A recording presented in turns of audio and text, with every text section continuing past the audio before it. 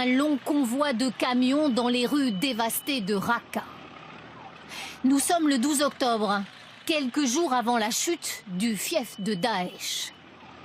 Ces hommes en armes sont évacués, visage le plus souvent dissimulé sous des foulards noirs.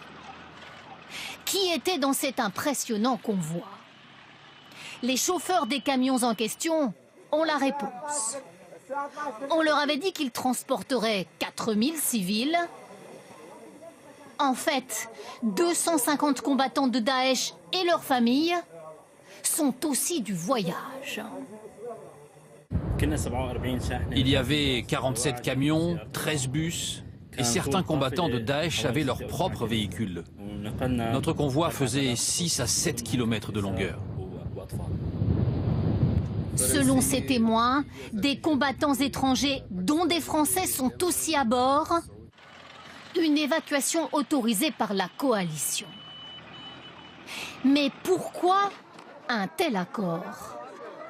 Parce qu'à ce moment-là, à Raqqa, des milliers de civils sont pris au piège. Le pacte conclu avec Daesh permet d'arrêter les combats et donc d'épargner la population. Mais quelle destination pour ces djihadistes? Le convoi se dirige vers l'Est, vers des zones sous contrôle de l'organisation État islamique. Certains ont-ils réussi à aller plus loin, vers la Turquie, la porte d'accès vers l'Europe? Peu probable, disent les experts.